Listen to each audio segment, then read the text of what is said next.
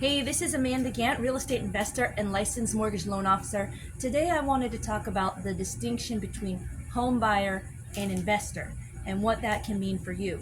Some people really want to get involved with real estate investing. They really want to see how they can turn their money around and make it grow with real estate. They will call themselves real estate investors. Other people who want to get mortgages or buy a house, they just want to get their house, live their life happily, get that stability, and basically call it a day. They don't want to be managing 4 or 5 or owning 6, 7 or more properties. But I would invite people who are in that latter category to consider themselves as investors as well. And the reason is because every time you buy a house, you are not throwing money away. You're buying something that is going to maintain its value. Generally, there might be dips here and there, and increase its value over time. So it is actually a decision of investment, whether or not you see yourself wanting to grow, to earn, to own 2, 3, 4, or even more properties. So because of that, every time you buy a property, even if it's just your primary home, you have an opportunity to do it in the smart way that is going to bring more financial freedom to you and your household.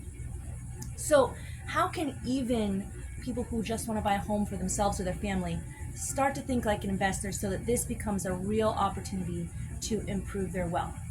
I would say one of the things is to check out home affordability. Basically, you don't want your home payments to eat up all of your income so that you can do other things with your money besides just paying your mortgage. So one of the ways that you can do this is to check out the total purchase price of the home. It's generally recommended to buy something that's within 3 to 5 times as much as your gross before tax income.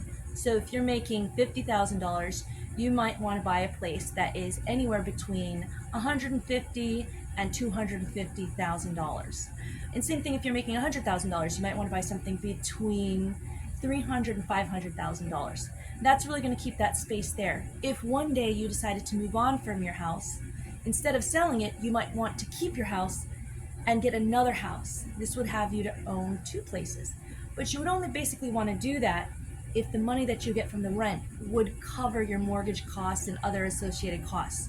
So I want to always encourage every person, whether they consider themselves an investor or a home buyer, to look at how much they could rent their home for, that particular home they're looking at buying today.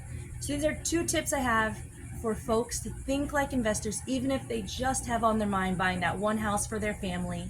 Think like an investor, even if you just want to buy one property today.